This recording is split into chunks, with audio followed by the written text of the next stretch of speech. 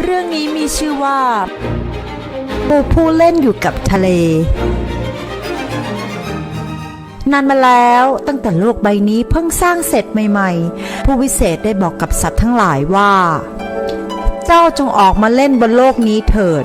จงมากระโดดโลดเต้นและเล่นในสิ่งที่เจ้าอยากทำสัตว์ทั้งหลายตอบกลับไปว่า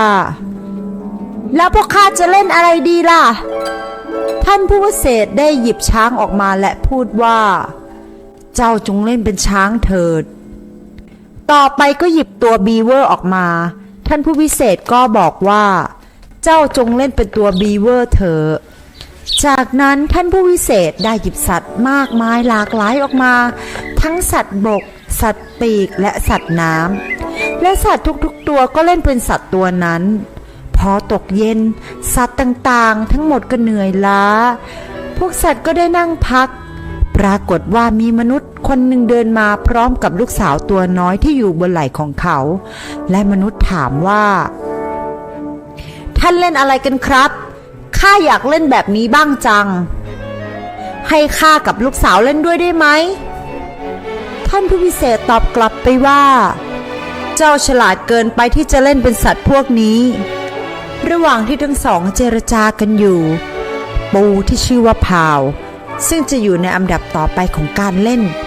ก็รีบวิ่งเอียงข้างแอบหนีลงทะเลไปพลางพูดกับตัวเองงุมงำว่าข้าจะเล่นตามลำพังในน้ำลึกนี่แหละและจะไม่ยอมเชื่อฟังใครทั้งนั้นฮ่าฮ่าฮ่ามันแอบหนีลงน้ำทะเลไปโดยที่ไม่มีใครเห็นการดำเล่นเนินได้ต่อไปจนไม่มีสัตว์ที่ไม่ได้รับคำสั่งหลงเหลืออยู่อีกผู้พิเศษลงมาดูว่าสัตว์ทั้งหลายนั้นเล่นกันอย่างไรจากเบื้องบนผู้วิเศษเห็นว่าช้างทั้งหมดใช้งาขุดดินและกระทืบเท้าลงบนดินที่สะอาดใหม่ที่สร้างเตรียมไว้ให้มัน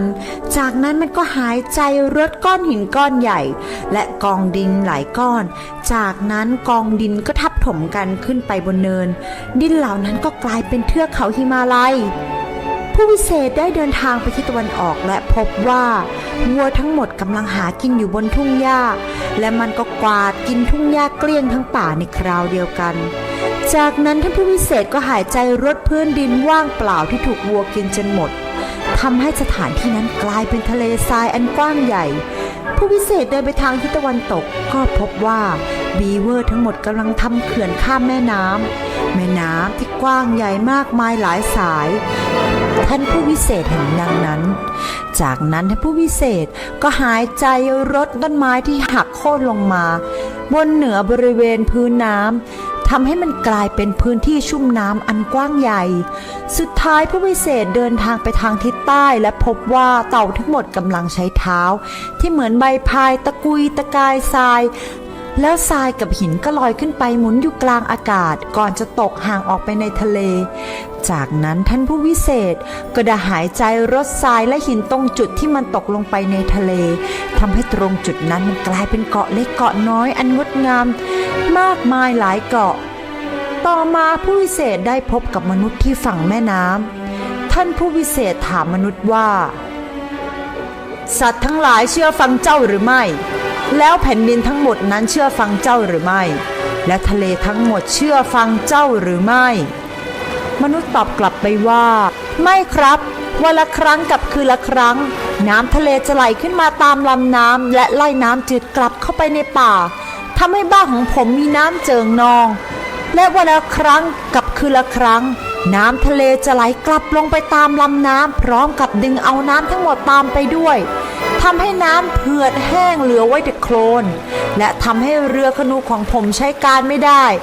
นี่นะหรือคือสิ่งที่ท่านบอกให้ทะเลทำกับข้าแบบนี้ท่านผู้วิเศษตอบกลับไปว่านั่นไม่ใช่หรอกทะเลไม่ได้ทำแบบนั้นกับเจ้าหรอกนี่มันเป็นสิ่งที่ไม่ถูกต้องไปเอาเรือคนูของเจ้ามาแล้วเราจะไปค้นหากันว่าใครกำลังเล่นกับทะเลกันแน่และเป็นตัวการที่ทำให้ทะเลเป็นแบบนี้จากนั้นพวกเขาทั้งสองก็นำเรือคนูออกไปที่ทะเลพร้อมกับลูกสาวและกริดนั้นที่มนุษย์มีเป็นอาวุธที่มีใบมีดคมมากเลยละเมื่อมาถึงกลางทะเลผู้วิเศษตะโกนออกไปว่า ใครกันแน่ที่ทำให้ทะเลกลายเป็นแบบนี้แรกเริ่มเดิมทีข้าไม่เคยสอนให้พวกเจ้าเล่นในสิ่งที่ไม่ควรเล่นแบบนี้บรรดาสัตว์บกสัตว์ปีกสัตว์ทั้งหลายตอบว่าท่านผู้วิเศษเราเล่นในสิ่งที่ท่านสอนให้เราเล่นทั้งเราและลูกของเราด้วยไม่มีใครในหมู่พวกเราหรอกที่ไปเล่นกับทะเลขณะนั้นดวงจันทร์ลอยอยู่บนท้องฟ้าผู้วิเศษได้กล่าวกับชายชราหลังค่อมที่นั่งอยู่บนดวงจันทร์ว่านักตกปลาท่านได้เล่นกับทะเลหรือไม่ชายชราตอบกลับไปว่าข้ามิบังอาจข้ากำลังทำสายเบ็ดที่ข้าคิดว่าสักวันหนึ่งข้าจะใช้ตกโลกได้ต่างหากล่ะข้าไม่ได้มีวันเล่นกับทะเลแบบนั้นอย่างที่ท่านคิดอย่างใดเลยจากนั้นผู้วิเศษถามหนูที่อยู่บนดวงจันทร์ว่าใช่เจ้าหรือเปล่าที่เล่นกับทะเลที่ทำให้ทะเลเป็นแบบนี้หนูบนดวงจันทร์ตอบกลับไปว่าข้ากำลังยุ่งอยู่กับการกัดสายเบ็ดที่นักตกปลากำลังตกอยู่นี่ข้าไม่ได้ทำอะไรไม่ได้เล่นอะไรกับทะเลเลยจากนั้นเจ้าหนูมันก็กัดสายเบ็ดต่อไปขณะนั้นลูกสาวของมนุษย์ได้พูดขึ้นมาว่าเมื่อครั้งแรกที่พ่อของหนูและท่านได้พบกันนั้นระหว่างที่พ่อคุยกับท่านนั้นหนูเห็นสัตว์ตัวหนึ่งไม่เชื่อฟังคำสั่งของท่านสัตว์ตัวนั้นดื้อหนีลงทะเลไปก่อนที่ท่านจะสอนให้มันทำภารกิจต่างๆผู้วิเศษถามว่าใครกันหรือหนูลูกสาวตัวน้อยของมนุษย์ตอบกลับไปว่ามันตัวกลมแบนมีแขนงอกอยู่บนตัวของมันและเดินเอียงข้างและมีเปลือกแข็งแล้วมันก็มีเปลือกหุ้มอยู่ที่ตัวบนหลังของมันอีกทีค่ะท่านผู้วิเศษได้ยินนั้นจึงพูดขึ้นมาว่าอ๋อเป็นอย่างนี้นี่เองตอนนี้ข้าพอจะรู้แล้วว่าใครมาเล่นกับทะเลจากนั้นท่านผู้วิเศษก็ตะโกนเรียกเจ้าปูและพูดกับเจ้าปูว่าเจ้าออกมาเถอะข้ารู้นะว่าเจ้ากำลังทำอะไรอยู่เจ้าจงต้องหยุดในสิ่งที่เจ้าทำเจ้าปูพูดกับผู้วิเศษว่าข้าก็แค่ไปหาอาหารวันละครั้งและคือละครั้งเท่านั้นผู้วิเศษจึงกล่าวว่าฟังนะเมื่อเจ้าออกจากถ้ำน้ำทะเลจะไหลลงท่วมหาท่วมเกาะทุกเกาะแต่ว่าน้ำทะเลกลับเหือดแห้งทำให้ปลาเล็กปลาน้อยพากันตายหมดเจ้าเข้าใจใช่ไหมว่ามันเป็นสิ่งที่ไม่ดีนะเจ้าปูตอบกลับไปว่าข้าไม่รู้หรอกและข้าก็ไม่กลัวท่านด้วยเพราะข้าไม่ใช่ปูธรรมดาแต่ข้าเป็นราชาแห่งปูเอาเลยสิสำแดงอิทธิฤทธิ์ของเจ้าออกมาท่านผู้วิเศษกล่าวเจ้าปูได้แต่ทำตากรอกไปกรอกมาและแกว่งขาแต่มันก็ทำได้เพียงวนน้ำทะเลวนไปวนมาหมุนไปหมุนมาเป็นแอ่งเล็กๆเท่านั้นเองแม้ว่ามันจะเป็นราชาแห่งปูแต่มันก็ไม่ได้เป็นอะไรมากกว่าปูผู้วิเศษจึงหัวเราะและพูดว่าเจ้าไม่ได้มีความสำคัญอะไรเลยทีนี้ขอให้ข้าลองสำแดงอิทธิฤทธิ์ดูบ้างละจากนั้นท่านผู้วิเศษก็ใช้มือซ้ายร่ายมนต์และทันใดนั้นเปลือกแข็งๆของเจ้าปูก็หลุดออกมาจากตัวของมัน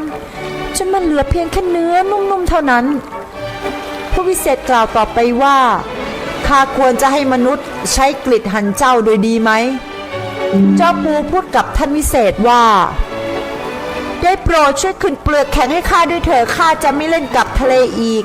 จะไม่ทำให้น้ำท่วมพื้นแผ่นดินอีกและไม่ทำให้น้ำทะเลเหือดแห้งอีกต่อไปผู้วิเศษจึงพูดกับมันว่าได้สิข้าจะคืนเปลือกให้เจ้าเป็นเวลา11เดือนในแต่ละปีแต่ในเดือนที่12ของทุกปีเปลือกของเจ้าจะนุ่มนิ่มอย่างเดิมเป็นข้อเตือนใจเพื่อให้เจ้าและลูกๆให้รู้ว่าต้องเจียมเนื้อเจียมตัว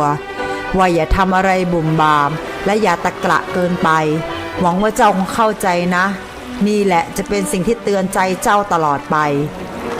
เจ้าปูตอบกลับไปว่าข้าตัดสินใจแล้วข้าตกลงตามสัญญา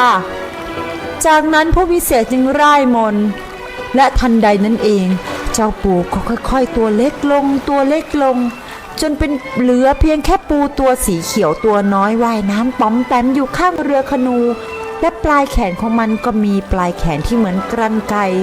จากนั้นมันก็ร้องเสียงเล็กแหลมว่า ข้าได้กินลูกนัดข้าได้แกะเปลือกมะพร้าวข้าได้ขุดรูข้าได้ปีนต้นไม้ข้าได้หายใจในอากาศแห้งๆฮ่าฮ่าฮ่าฮ่าข้าสามารถทำได้ทุกอย่างแล้วจากนั้นผู้วิเศษได้พูดกับนักตกปลาว่าได้โปรดท่านจงใช้สายเบ็ดของท่านลากเรือธนูของมนุษย์คนนี้กลับบ้านด้วยเถิดจากนั้นนักตกปลาบนดวงจันทร์ก็ได้ลากเรือธนูเคลื่อนกลับเข้าไปในปากแม่น้ำอีกครั้ง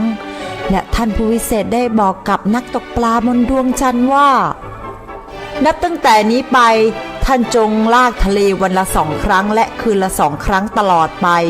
เพื่อให้ชาวประมงไม่ต้องพายเรือมากจากนั้นพวกเขาก็แล่นเรือไปตามแม่น้ำและนอนหลับพักผ่อนบนเรือด้วยความสบายใจ